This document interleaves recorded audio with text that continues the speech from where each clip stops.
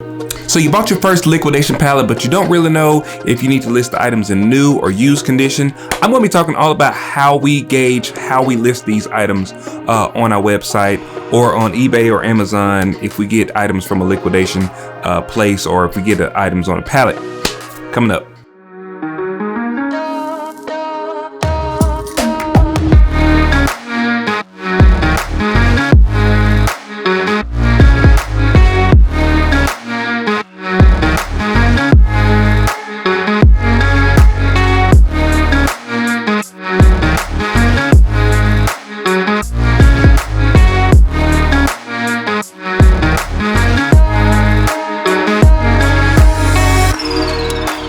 What is up, beautiful people? TJ here with another episode. So I'm going to be showing you a little bit how we gauge items in terms of if you list them as new or used or open box or different things like that. So if you are purchasing liquidation pallets, one of the things you are going to notice is there's going to be distinct categories that you can purchase these items in. So whenever we purchase them locally, normally they are in a open box or damaged box condition, but we also purchase them online.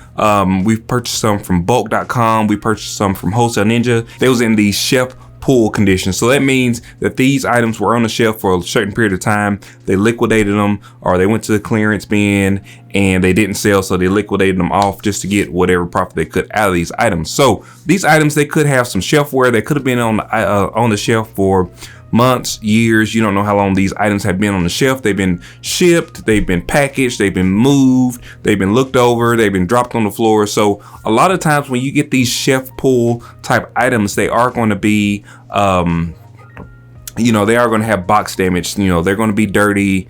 The boxes are going to have cuts and tears and maybe have shipping labels on them and different things like that. So those types of items, whenever we get an item that has box damage, but the item inside of it is brand new, we will list it in an open box type of item. We'll list it as open box on eBay. You can list it as open box. On Amazon, you can list it as used like new. So that means the item is new, or it's like new, but the box does have damage. So when we look at the word brand new, or when you look at the category as brand new, that means it's brand spanking new. The plastic hasn't been taken off. The tape hasn't been cut on it. It's never been opened. The box is in, pristine condition.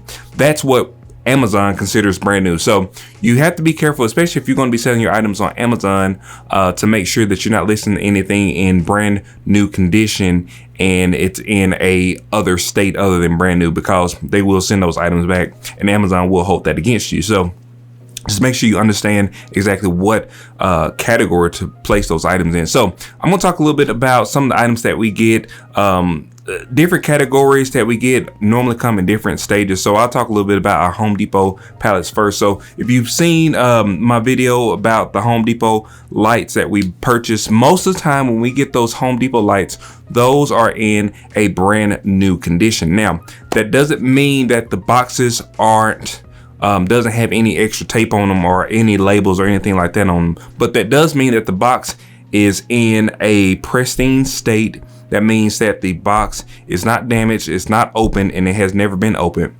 Now, if I wanted to open it up and take a look at the light on the inside of it, or if I want to look and see if the item on the inside is damaged or anything like that, I will have to convert that from a new item to a open box or a used like new condition item. Now, that does hurt the price that you can get for it a little bit, but it's better to be open and honest at the beginning versus, asking for forgiveness later on. So you just want to make sure that you're honest with the condition of the item, even though it may be brand new. If it's open, it's not brand new, So anyway, when we open up lights, or when we get lights in and they have like shipping labels on them, we do our best to get the shipping labels off. This is a pro tip. So if you want to take shipping labels off, or, when you purchase these liquidation pallets, you'll understand that you get a lot of tape, a lot of stickers, a lot of tags, a lot of extra junk on the boxes. So the way that we get those items off is we use a hairdryer. You can use a hairdryer, or you can use a heat gun.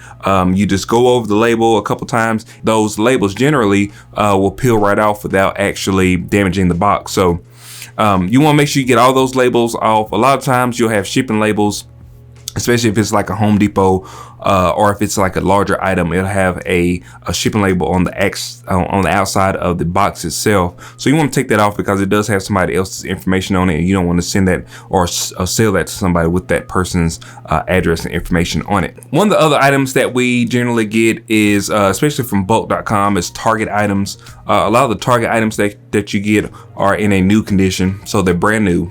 They're shelf pull, or they was on clearance, or something like that. They're not returns. They're not uninspected returns.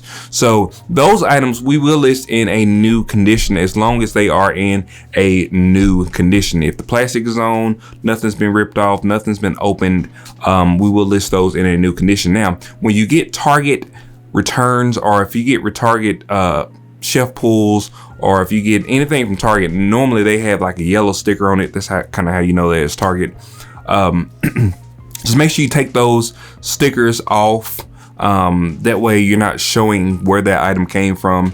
That's one of the big things, especially when you're doing liquidation pallets. You're not really supposed to tell where you got the items from. You just tell what the item is, what you have for sale, and you kind of keep that separate. So a lot of times we go through, and when we get a pallet in, we'll inventory it. We'll take and see exactly what we got, take all the labels off, all the stickers off, and then we'll start with the fresh product and see exactly what we have. All right, so moving on to uninspected returns. So a lot of times when you get uninspected returns, it's going to be the bulk of what you get in terms of liquidation pallets. A lot of times we'll get uninspected returns. Sometimes they are brand new. Sometimes they're brand new. They've never been opened. The box is in good condition, and you can list those in new condition. Those items generally we send into Amazon if we can. Amazon generally likes new condition items better. However, you can sell used items on Amazon. Just make sure you put it in that used state. So those items we'll take and we'll send them to Amazon. If there's any question about the item being opened, or if there's any question about what the box looks like, or if there's any question about anything with the item other than it being brand new, we will not list it on Amazon in new condition. Now on eBay, eBay sometimes give you an option depending on the category of item that you are selling. Sometimes you can list it in a new condition. Sometimes you can list it in a new other condition. So you can say the item is new, however it's outside the box, or however the box is damaged. So you can put those details. You can put it in new other. Sometimes if you list it in new condition and you put other things inside of the description, eBay will pick up on that, and they'll say, okay, hey, you said this was brand new, but you put some information in the description that kind of leads me to believe that it's not brand new. So just make sure that if it is new, you list it in new, or if it's new other, you list whatever condition it is if it's in an other state other than brand new. So open box. Whenever we get open box items, normally with our uninspected returns, we will test them. So we'll go through, we'll plug it in, we'll put batteries in it. We will test it to the best of our ability to make sure that the item is what it says it is and it performs its function. If it doesn't perform its function, it's not the end of the day, and we'll talk about those here in just a minute. So you test everything. As long as everything works, you can list it in a open box condition. So whenever you list something in the open box condition, just make sure you type in what that condition is. So on Amazon, it has you put the condition that the item is. Also, you can take a photo of the specific item that you have. So it'll still use the listing on Amazon. But if somebody clicks on like a used listing down in the other, where we don't want to be, but we are sometimes, when you click on that, it'll actually show your specific item that you have so that people know exactly what they're getting. If you are selling on eBay, you need to make sure that you include as many detailed photos of the item. If it has scratches, if it has nicks, if it has dents, if it's missing items, just take a photo of it. That way it protects you as a seller. One of the biggest things that we've had several cases against us with selling these liquidation items, and a lot of times it's because they say, you know, it's not in new condition or it's missing a piece, and I specifically list exactly what people are going to get inside of their items. So I put like a disclaimer. I got a disclaimer that I put on each and every listing that we do on eBay, and I say, hey, these items are liquidation items. That's why the price is so much cheaper. You know, the item that you see on the listing is specifically what you are going to get. So don't assume that you're going to get something different than what I have in this listing. You know, you can't just assume that you're going to get something. You know, people do, but just make sure that you take as many pictures as possible. Make sure you put as many words in the description as possible to tell exactly what the state of that item is, because if you don't, eBay is not going to take your side if you don't have that information, if you don't have those photos, if you don't have that description in there. They are going to let the person return the item. Sometimes they let them keep the item. So you don't want to be in that state. So just make sure you protect yourself, and just make sure that you are being open and honest with the customer and telling them, hey, this is what you're actually going to get.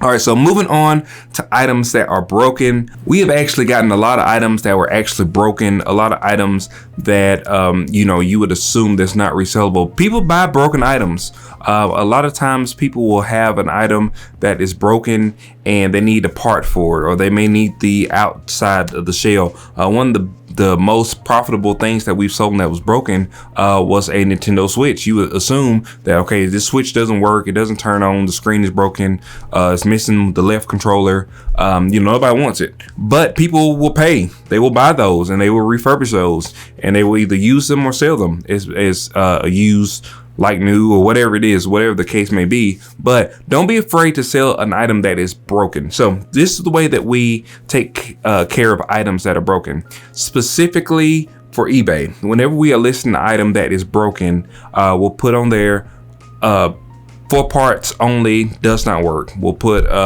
big bold letters, this item does not work. We couldn't get it to function. We tested it. It's missing a piece, it's missing the battery, it's missing the lens, whatever it is.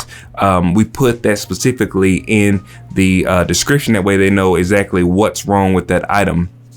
Sometimes we put these on bid, but sometimes we'll just put whatever the minimum amount is. So it may be, you know, a $200 vacuum cleaner. You know, and we may list it for parts for $20 plus shipping. So that means that we're going to make $20 for that item. And then, you know, the person that purchases it, you know, pays for the shipping. So we actually get just profit that $20 that we say we're going to make.